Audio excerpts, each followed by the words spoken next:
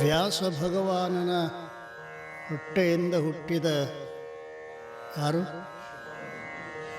ಅಟ್ಟರ ನೆನಪಿರಲಿ ಅಂತ ಶುಕಮುನೀಶ್ವರ ಹೊಟ್ಟೆಯಾಗಿ ಎಷ್ಟು ದಿವಸ ಇದ್ದಂತ್ರಿ. ಆ ತಾಯಿ ಗತಿ ಏನಾಗಿರ್ಬೇಕು ನೋಡ್ರಿ. ಯಾಕೆ ಒಳಗ ಉಳ್ದ ಮಾಯಾ ಹೊರಗೆ ಬಂದ್ರೆ ಮಾಯೆ ನನ್ನ ಮುತ್ತಿಗೆ ಹಾಕ್ತದ ಅಂತೇಳಿ ಒಳಗೆ ಕುಂತ ನೋಡ್ರಿ. ಅವನು ಮಾಯೆಗೆ ಹೊರಗೆ ಬಂದ್ರೆ ನಾವೆಲ್ಲ ಬಂದೀವಲ್ಲ, ಮತ್ತೇನು ಮಾಯೆ ಹಿಡ್ಕೊಂಡು ಕುಂತದ ಮತ್ತೇನದ ಅಲ್ರಿ. ಒಂದು ತಾಸು ನೀವು ಆ ಮಾಯೆಯಿಂದ ಬಿಡಿಸ್ಕೊಂಡು ಬಂದಿರಿ, ನೀವು ಗಟ್ಟಿದ್ದೀರಿ. ಮೊದಲು ಹೇಳ್ತಾನೆ ನಮಗೆ ಅಲ್ರಿ, ಮಾಯಾ ಪ್ರಪಂಚ ಬಿಟ್ಟಿತ್ತು, ಗುರು ಕರುಣಿಸಲು ಸಂಸಾರ ವಿಷಯ ಕೆಟ್ಟಿತ್ತು, ಮಾಯಾ ಪ್ರಪಂಚ ಬಿಟ್ಟಿತ್ತು, ಹುಟ್ಟರತು ಹೋಯಿತು. ಎಂಥ ಮಾತು ನೋಡ್ರಿ. ಸದ್ಗುರುವಿನ ಕೃಪಾ ಆದ್ರೆ ಮಾಯೆ ಬಿಟ್ಟಿತೆ ವಿನಃ ಇಲ್ಲದ್ರೆ ಬಿಡೋದು ಸಾಧ್ಯ ಇಲ್ಲ. ಮಾಯೆ ಮಾಯೆ ಅಂದ್ರೆ ಏನದು ಹೌದಲ್ರಿ. ಮಾಯೆ ಅಂದ್ರೆ ಹೇಳ್ಯಾರಲ್ಲ, ಭಗವಂತನ ಬಾಗಿಲದಾಗ ಮಲ್ಕೊಂಡತ್ತದ ಮಾಯಿ. ಸಾವುಕಾರ ಮನೆ ಮುಂದೆ ನಾಯಿ ಇರ್ತತಿಲ್ಲ, ಭಗವಂತನ ಗುಡಿ ಮುಂದೆ ಮಾಯಿ ಅನ್ರಿ. ಒಳಗೆ ಹೋಗ್ಬೇಕಾದ್ರೆ ಇಬ್ಬರು ಮಾತ್ರ ಹೋಗ್ತಾರಂತ. ಎಲ್ಲಿ ಒಳಗೆ? ಭಗವಂತನ ದರ್ಶನಕ್ಕೆ ಹೋಗ್ಬೇಕಾಗಿತ್ತು ಅಂದ್ರೆ ಇಬ್ಬರು ಮಾತ್ರ. ಒಬ್ಬ ಅತಿ ಪರಿಚಿತ ಮನುಷ್ಯ ಅಂದ್ರೆ ಸಾವುಕಾರನ ಮನೆಗೆ ಮುಂದೆ ನಾಯಿ ಇರ್ತೈತಲ್ಲ, ಆ ಸಾವುಕಾರ ಅತ್ತ ಕೂಗುತ್ತಾನ. ಪರಿಚಿತ ಮನುಷ್ಯ ಅವ. ಪರಿಚಿತ ಮನುಷ್ಯ ಅಂತ ಕೂಗು ಕೇಳ್ಕೊಳ್ಳು ಹೊರಗೆ ಬರ್ತಾನೆ. ಆ ನಾಯಿ ಬಾಲಾಗಾಡ್ಸ್ಕೊತದಿಂದ ಹೋಗ್ತೈತಿ. ಇದು ಭಕ್ತಿ. ಒಬ್ಬ ಭಕ್ತ ಒಳಗೆ ಹೋಗೋ ರೀತಿ ಇದು. ಜ್ಞಾನಿ ಕೈಯಾಗ ದೊಡ್ಡ ಬಡಿಗಿರ್ತದ, ಅವನು ಜ್ಞಾನದ ಬಡಿಗೆ. ಅದು ನೋಡಿಕೊಳ್ಳಿ ಹಿಂಗೆ ಸರಿತದ ಅದು ಮಾಯ್ ಅಲ್ರಿ. ಇಬ್ಬರಿಗೆ ಅಲ್ಲಿ ಅಧಿಕಾರದ ಅಲ್ರಿ. ಆ ಮಾಯೆಯಿಂದ ನಾವು ಸ್ವಲ್ಪ ವಿಚಾರ ಮಾಡಿದರೆ ನಮ್ಮ ಅಲ್ಲಮ ಪ್ರಭುಗಳು ಹೆಣ್ಣು ಮಾಯೆ ಎಂಬರು ಹೆಣ್ಣು ಮಾಯೆಯಲ್ಲ, ಮಣ್ಣು ಮಾಯೆ ಎಂಬರು ಮಣ್ಣು ಮಾಯೆಯಲ್ಲ, ಹೊಣ್ಣು ಮಾಯೆ ಎಂಬರು ಹೊಣ್ಣು ಮಾಯಲ್ಲ, ಮಾನವನ ಮನದ ಮುಂದನ ಆಸೆ ಮಾಯೆ ನೋಡ ಗುಹೇಶ್ವರ. ನೋಡ್ರಿ, ದೊಡ್ಡವರು ಮಾಯೆಯನ್ನು ಗುರುತಿಸಿದ್ದಾರೆ. ಯಾವುದು ಮಾಯೆ? ಹೆಣ್ಣು ಮಾಯೆ ಮಣ್ಣು ಮಾಯೆ ಅಂತೀವಿ ನಾವಲ್ಲ ಅಲ್ರಿ. ಅದು ನಿಜವಾಗಿ ಮಾಯೆ ಯಾವುದು?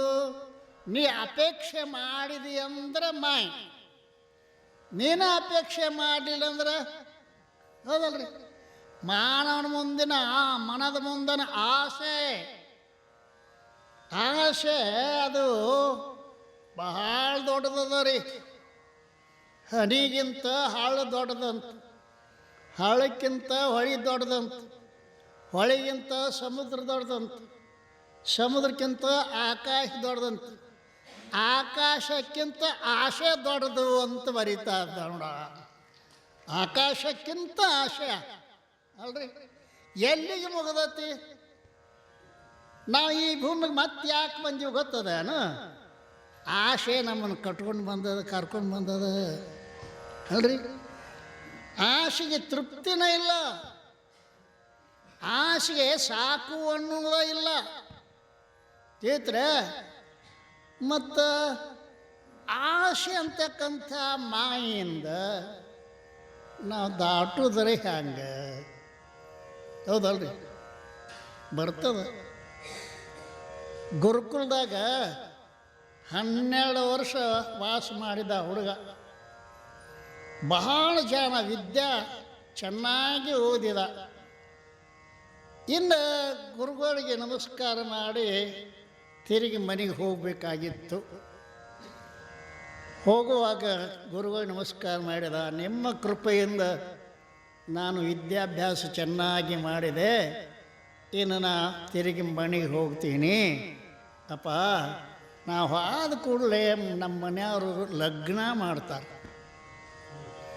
ಲಗ್ನ ಮಾಡಿದ್ರಂದ್ರೆ ನಾನು ಮಾಯೆಗೆ ಸಿಕ್ಕೋತನ. ಅದಕ್ಕೆ ಏನಾದರೂ ಸಂಸಾರಕ್ಕೆ ಸಿಕ್ಕೊಂಡ್ರೆ ಅಂದ್ರೆ ಮಾಯ ಸಿಕ್ಕಂಗಲ್ರಿ. ಅದಕ್ಕೆ ಏನಾದರೂ ಉಪಾಯ ಐತಂದು ದಯವಿಟ್ಟು ಹೇಳಬೇಕು ಅಲ್ರಿ. ಬರೋಬ್ಬರಿ ಎಲ್ಲ ಕೇಳೋದು ಹೌದಲ್ರಿ. ಆವಾಗ ಅವ್ರ ಗುರುಗಳು ನಾಳೆ ಬಾ ಮುಂಜಾನೆ ಬಂದ. ಅವನ ಆಶ್ರಮದ ದೂರ ಕರ್ಕೊಂಡು ಹೋದರು. ಒಂದು ಅರಣ್ಯದ ಮಧ್ಯದಲ್ಲಿ ಕರ್ಕೊಂಡು ಹೋದರು. ಅಲ್ಲೇ ಹಾವ ಮತ್ತು ಮುಂಗಲಿಗೆ ಯುದ್ಧ ನಡೆದಿತ್ತು ನೋಡ್ರಿ. ಹಾವ ಆ ಮುಂಗಲಿನ ಕಸ್ತಿತ್ತು, ಮುಂಗಲಿ ಹಾವನ್ನು ಕಚ್ಚುತ್ತಿತ್ತು. ಆ ಮುಂಗಲಿ ಹಾವಿನ ಕಚ್ಚೋದು ಕೂಡ ವಿಷ ಏರ್ತಿತ್ತಲ್ಲ, ಅದು ಹೋಗಿ ಒಂದು ಬೇರು ತಿಂದು ಬರ್ತಿತ್ತು, ಮತ್ತು ಅದ್ರ ಕೂಡ ಕುಸ್ತಿ ಹಿಡಿತಿತ್ತು.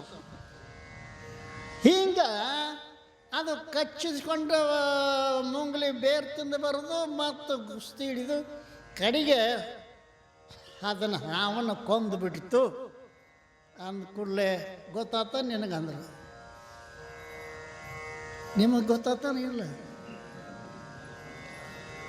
ಇಲ್ಲಿ ಹಾವು ಮುಂಗಲಿ ಹ್ಯಾಂಗೆ ಕುಸ್ತಿ ಹಿಡಿತಾವಲ್ಲ, ಮಾಯೆಡನೆ ನೀ ಸಂಸಾರದಾಗ ಬಿದ್ದಂದ್ರೆ ಮಾಯಾ ನಿನ್ನ ಕಾಡಕ್ಕೆ ಹತ್ತಿತ್ತು ಅಂದ್ರೆ ಸರ್ಪ ಆ ಮುಂಗಲಿನ ಕಚ್ಚಿದಾಗ ಆ ಮುಂಗಲಿ ಹೋಗಿ ಒಂದು ಬೇರು ತಿಂದು ಬರ್ತೈತಿ. ಗೊತ್ತೇನ? ಆ ಬೇರು ಯಾವುದು ಅಂತ ಕೇಳ ಸತ್ಸಂಗ ಅನ್ನುವಂಥ ಬೇರು. ಆ ಸತ್ಸಂಗ ಅನ್ನುವ ಬೇರು ತಿಂದ್ರೆ ವಿಷ ಇಳಿತದ.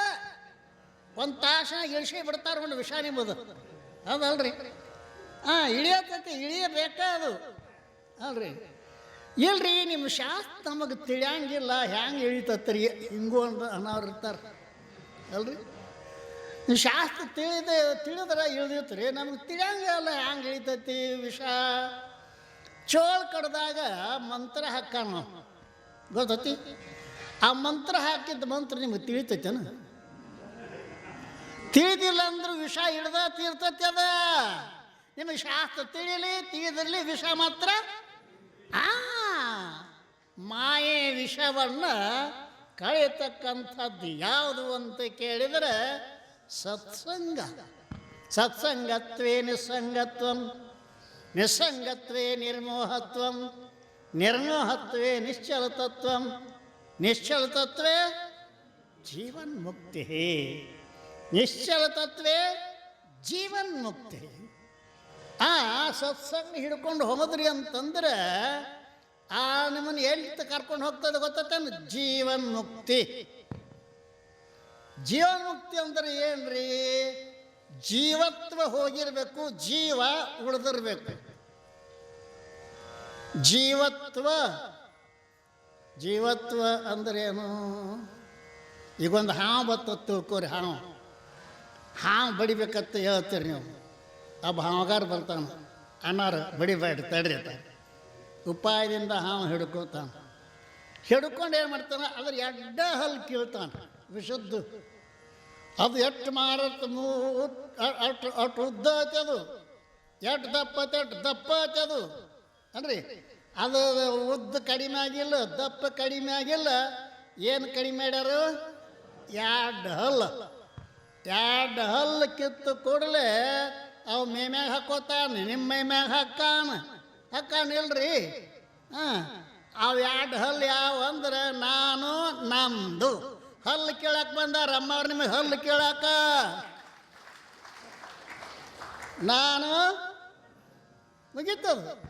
ಎರಡು ಹಲ್ಲು ಹೋದ್ರೆ ಅವನೇ ಜೀವನ್ಮುಕ್ತ ಅಲ್ಲ. ಅದು ಸರ್ಪ ಐತಿ, ಸರ್ಪತ್ವ ಹೋಗ್ಯದ.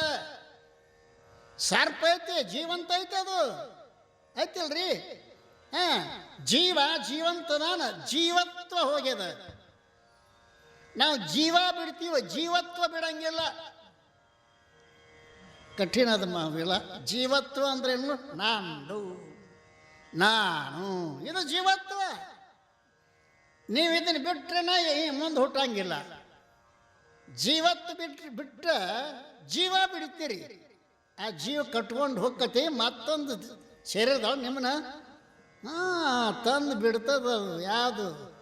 ಜೀವತ್ವ. ಜೀವತ್ವ. ಬ್ರಹ್ಮಚೈತನ್ಯ ಮಹಾರಾಜರು ಗುರುಗಳು ಹುಡುಕ್ಯಾಡ್ಕೊಂತ ಹೋದರು. ಒಂದು ಅರಣ್ಯದ ಮಧ್ಯದಾಗ ಗುರುಗಳು ಕೂತಿದ್ರಂತ. ಹೋಗಿ ನಮಸ್ಕಾರ ಮಾಡಿದರು. ಅವ್ರೇನಂದ್ರು? ಏಯ್, ನಿನ್ನ ಜೀವ ತಗೋತನ್ನ ಅಂದರು. ಅವೇನಂದ? ನೀನು ಜೀವ ಕೊಡಕ್ಕೆ ಬಂದನ ಅಂದ. ಪುಣ್ಯಾತ್ಮ ಅಲ್ರಿ. ಜೀವ ಕೊಡೋದಂದ್ರೆ ಜೀವತ್ವವನ್ನು ಕೊಡೋದು, ಜೀವತ್ವವನ್ನು ತಗೊಳ್ಳೋದು. ಗುರುಗಳು ಏನು ಮಾಡ್ತಾರೆ? ನಿಮಗೆ ಜೀವಕ್ಕೇನು ಧಕ್ಕೆ ಮಾಡಂಗಿಲ್ರಿ. ಜೀವತ್ವವನ್ನು ತೆಗೆಯುವಂತಹ ಉಪಾಯಗಳನ್ನು ಹೇಳ್ತಾರೆ ಅವರು. ಅವೇ ಎರಡು ಹಲ್ಲು. ಹಾವಿನ ಹಲ್ಲು ಕಳೆದು ಹಾವನ ಆಡಿಸಬಲ್ಲಡೆ, ಹಾವಿನ ಸಂಘವೇ ಲೇಸು ಕಂಡಯ್ಯ. ಅಕ್ಕ, ಏನ ತಾಯಿ ಎಂಥ ಮಾತು ಹೇಳಿದಾಳು ಯಪ್ಪ.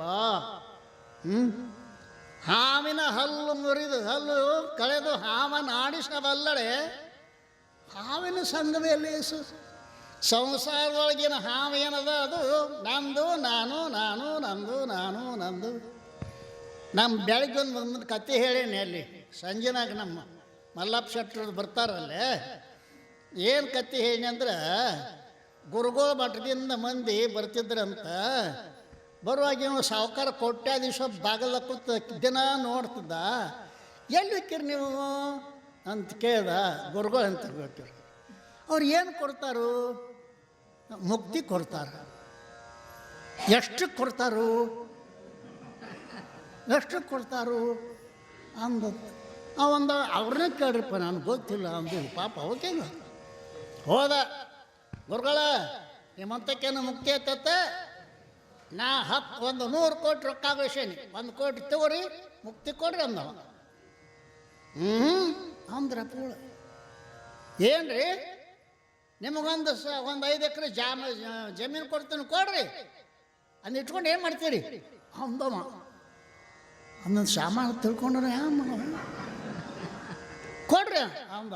ಆಗುದಿಲ್ಲಪ್ಪ, ನಿಮ್ಗೊಂದು ಬಿಲ್ಡಿಂಗ್ ಕಟ್ಟಿಸ್ಕೊಡ್ತಾನೆ, ಗುಡಿಸಲಾಗ ಯಾಕೆ ಬಿದ್ದೀರಿ ಇಲ್ಲ, ಕೊಡ್ರಿ ಮುಕ್ತಿ ಅಂದ. ಅಂದ. ಕಡಿಕಂದ, ಏನಾರ ಕೊಟ್ರೆ ಕೊಡ್ತೀರಿ ನೀವು ಮುಕ್ತಿ? ಕಡಿಗೆ ಏನಾರ ಕೊಟ್ರೆ ನನಗೆ ನಿನ್ನ ಕೋಟ್ ಬೇಡ, ನಿನ್ನ ಹೊಲ ಬೇಡ, ನಿನ್ನ ಬಿಲ್ಡಿಂಗ್ ಬೇಡ, ನನಗೆ ಎಡ್ಡ ಕೊಡು. ಅಯ್ಯೋ, ಎಷ್ಟು ಸೈ ಎತ್ತದು ಎಡ್ಡ? ಯಾವುದು? ನಾನು ನಂದು ಕೊಡು, ಮುಕ್ತಿ ತೊಗೊಂಡು ಹೋಗಂದ್ರೆ ಅವರು. ನಾನು ನಂದು ಕೊಡು. ಅವ ಊರಾಗ ಒಂದು ಡಂಗ್ರ ಹೊಡ್ಸಿದವು. ನಮ್ಮ ಸಾವುಕಾರ ಹಗರ್ನ್ಯಾಗ ಮುಕ್ತಿ ತೊಗೊಂಡದಾರ. ಬರೇ ನಾನು ನಂದು ಕೊಟ್ಟು ಡೊಂಗ್ರ ಹೊಡ್ಸಿ ಕೊಟ್ಟು ಬಿಟ್ಟಾನು, ಡಂಗ್ರ ಹೊಡ್ಸಾನು ಏನು? ಅಯ್ಯೋ ಯಪ್ಪ, ಇದು ಎಲ್ಲಿ ಹೋದ್ರೆ ಬಿಡಂಗಿಲ್ಲ ಅದು. ನಾ ಅದ್ರ ಅಂತೇಳಿ ಮಠ ನಡೆದದ. ಇಲ್ಲಿ ಬರ್ತಾವು. ನಾ ಇದ್ದಿದ್ದಲ್ಲ ಅಂದ್ರೆ ಆ ಸ್ವಾಮಿದ ಬಾಣ ತೀತಿತ್ತು. ಬಾ ಬಾ ಬಾ ಬಾ ಬಾ ಎಷ್ಟು ಮಂಜಿ ಇದದ ರೀ, ಏನೇನು ಕತ್ತಿ ಇದಾವ ಅಲ್ರಿ. ಇದು ನಾನಪ್ಪ ಎಲ್ಲಿ ಹೋದ್ರೆ ಬಿಡೋದು ಕಷ್ಟದ. ಇದೊಂದು ದೊಡ್ಡ ದೆವ್ವ. ಇದನ್ನು ಬಿಡಿಸ್ಬೇಕಾಗಿತ್ತು ಅಂತ ದೇವ್ ಬಿಡಿಸಾರ ಗೊತ್ತೇ ಇಲ್ಲ. 5 ಬೂತ್ ಬಿಡ್ದಾವಂತ ನಮ್ಗೆ. 5 ಬೂತ್. ಒಂದಲ್ರಿ. ಆಕಿ ಆ ಬ್ರಾಹ್ಮಣರ ಹೆಣ್ಮಗಳು ಎಲ್ಲೋ ಹೋಗಿದ್ದತ್ತ, ಮುಸುಳ್ರ ದೇವ್ ಬಡಿತತ್ತ ಆಕಿಗೆ. ಆಕೆ ಹೆಸರು ಗೋದಾಬಾಯಿ. ಆ ಮುಸುಳ್ ದೇವ್ ಬಡಿತು. ಏನು ನೀ ಯಾರು? ಪಾತಮ್ಮ. ಆತ್ಮ ಅನ್ನಕೈತ್ರಿ. ಏನು ಬೇಕು ನಿನಗೆ? ಅಂಡ ಹೋಣ. ಬ್ರಾಹ್ಮಣ ಹೆಣ್ಮಗಳ್ರಿ ಅಂಡ ಹೋಣ ಅನ್ನಕತ್ತೇಳು. ಒಂದು ದೇವ್ ಬಡ್ದಾಕಿ ಅಂಡ ಹೋಣ ಅನ್ನಕತ್ತ, 5 ದೇವ್ ಬಡಿಸ್ಕೊಂಡವ್ರು ನೀವು ಹೆಂಗದ್ರಿ ಯಾರು ಅಲ್ರಿ? ದೇವ್ ಬಿಡಿಸವ ಅವನು ದೇವ್ ಬಡಿಸ್ಕೊಂಡವ ಇದ್ದಂದ್ರೆ ನಿಮ್ಮನ್ನು ದೇವ್ ಬಿಡಿಸೋಕ್ಕಾಗೋದು 2 ದೇವ್ ಕೂಡಿದು. ತಾನ ಬಂದಂದಾಗ ಶಿಪ್ಕೊಂಡಾನ ಮಂದಿನ ಮುಕ್ತಿ ಕೊಡ್ತಾನಂತ, ದೇವ್ ಬಿಡಿಸ್ತಾನಂತೀವ್. ತಾನ ಸಿಕ್ಕೊಂಡಾನ ಬಂದದ್ದೊಂದು ದೇವ, ಈ ಬಿಡಿಸೋದೊಂದು ದೇವ, 2 ದೇವ ಅದು ಹೇಳ್ತಾರೆ. ಪ್ರಕ್ರಿಯೆ ಜ್ಞಾನವನ್ನು ಸಂಪೂರ್ಣವಾಗಿ ತಿಳ್ಕೊಂಡಿದ್ದ ಅಂದರೆ ಯಾವ ಬೇಕಾದರೂ ಹಾಗೆ ಅವನು ಕಾಣಿಸ್ತದೆ. ಏತ ಏನ್ರಿ? ಅಂತಹದ್ದೊಂದು ಮಾಯಾ ಅನ್ನುವಂಥದ್ದು ನಮ್ಮನ್ನು ಹಿಡ್ದೈತಲ್ಲ, ಬಿಡಬೇಕಾಗಿತ್ತಂದ್ರೆ ಏನು ಮಾಡಬೇಕು ಅಂತ ಕೇಳಿದ್ರೆ ಏನೂ ಇಲ್ಲ, ನಾನು ನಂದು ಇವೇ ಅಡ್ರಿ. ಪ್ರತಿಯೊಬ್ಬರನ್ನು ಬಂಧಿಸಿದ್ದು ನಾನು ನಂದು. ಭಾರಿ ಭಾರಿ ಭಾರಿ ಭಾರಿ ಭಾರಿ ಭಾರಿ. ಇದನ್ನು ಬಿಡಿಸೋದು ಅಂತಂದ್ರೆ ಸಾಮಾನ್ಯ ಅಲ್ಲ, ಸಾಮಾನ್ಯ ಅಲ್ಲ. ಎಂತಿಂಥವ್ರನ್ನ ಹಿಡ್ದದ ಇದು ಹೇಳ್ತೀರಿ. ಇವು ದೇಹದ ಧರ್ಮಗಳನ್ನು ಇವು ಜೀವ ತನ್ನ ಮೇಲೆ ಆರೋಪ ಮಾಡಿಕೊಂಡಾನೆ. ಜೀವ ಬಂದಾನ ಪರಮಾತ್ಮನಿಂದ. ಮಮ ಇವಾಶೋ ಜೀವಲೋಕೆ ಜೀವಭೂತ ಸನಾತನ. ನಾವೆಲ್ಲರೂ ಪರಮಾತ್ಮನಿಂದ ಬಂದೀವಿ. ಹೇಳೇನಿಲ್ಲ ಈ ಕತಿ. ಮಣ್ಣಿಂದ ಬಂದ್ವಿ, ಮನೆಗೆ ಎಲ್ಲಿಂದ ಬಂದ್ರಿ? ತಾಯಿ ಗರ್ಭದಿಂದ, ತಾಯಿ ಗರ್ಭಕ್ಕೆ ಎಲ್ಲಿ ಬಂದ್ರಿ? ಆಪನಿಂದ, ಆಪನಿಂದ ಕೇಳಿದ ಬಂದ್ರಿ. ಧಾನ್ಯದಿಂದ, ಧಾನ್ಯಕ್ಕೆ ಎಲ್ಲಿದ ಬಂದ್ರಿ? ಭೂಮಿಯಿಂದ, ಭೂಮಿಗೆ ಎಲ್ಲಿ ಬಂದ್ರಿ? ಜಲದಿಂದ, ಜಲಕ್ಕೆ ಎಲ್ಲಿದ ಬಂದ್ರಿ? ಅಗ್ನಿಯಿಂದ, ಅಗ್ನಿಗೆ ಎಲ್ಲಿದ ಬಂದ್ರಿ? ವಾಯುವಿನಿಂದ, ವಾಯುಗೆ ಎಲ್ಲಿದ ಬಂದ್ರಿ? ಆಕಾಶದಿಂದ, ಆಕಾಶಕ್ಕೆ ಎಲ್ಲಿದ ಬಂದ್ರಿ?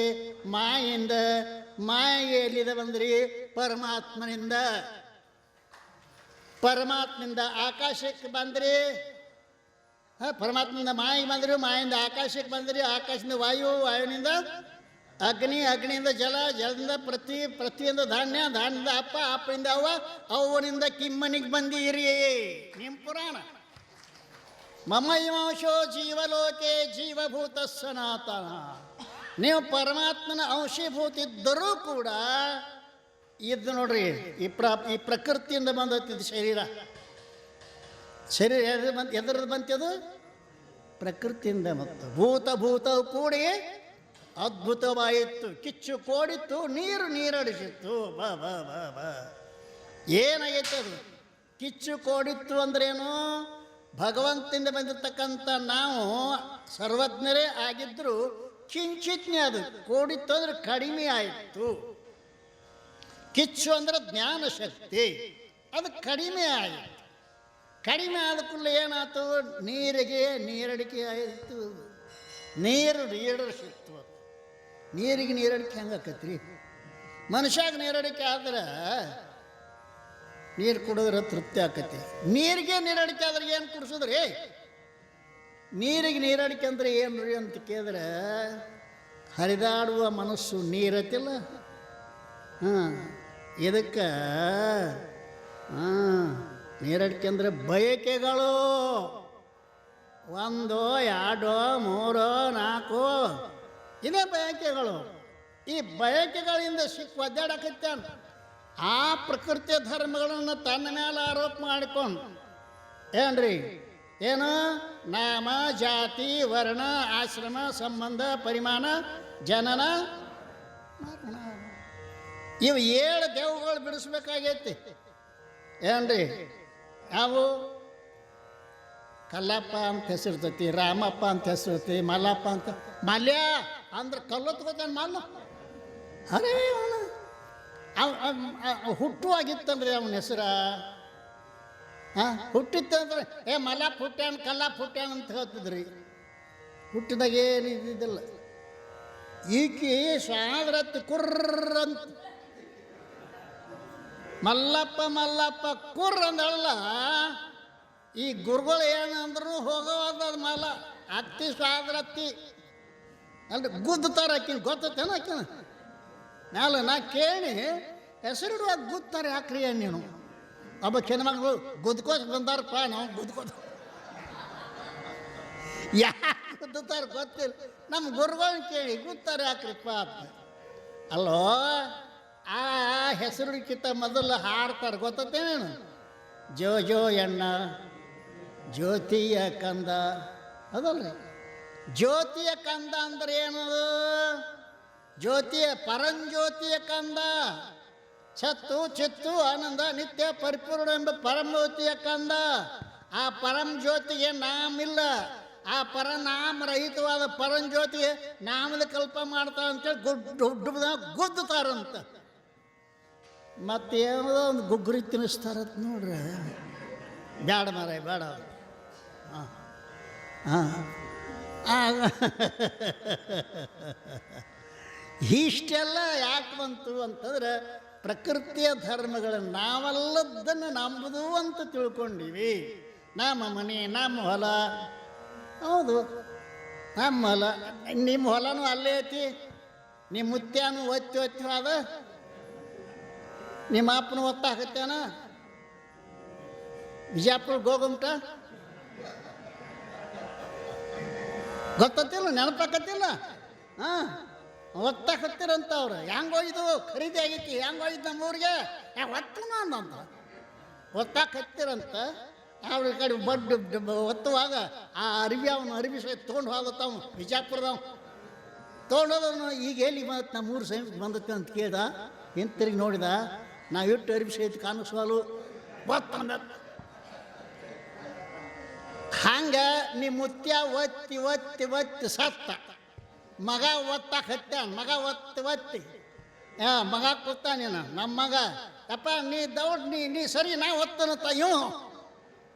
ಇವು ಒತ್ತಾನ. ಎಲ್ಲಿ ಒಯ್ತೀರಿ? ಹೊಲ ಮನೆ ತೊಗೊಂಡು ಹೋಗವ್ರದಿರಿ ಎಲ್ಲಿ? ಸಾಧ್ಯ ಇಲ್ಲ, ಯಾರೂ ತಗೊಂಡು ಹೋಗಿಲ್ಲ. ನಿಮ್ಮ ಜೊತೆಗೆ ಬರೋದು ಯಾವುದಾದ್ರೂ ತನ ಈ ಸತ್ಸಂಗ ಏನು ಮಾಡ್ತಿರಲ್ಲ ಇದು ಮಾತ್ರ ನಿಮ್ಮ ಜೊತೆಗೆ ಬರ್ತದೆ.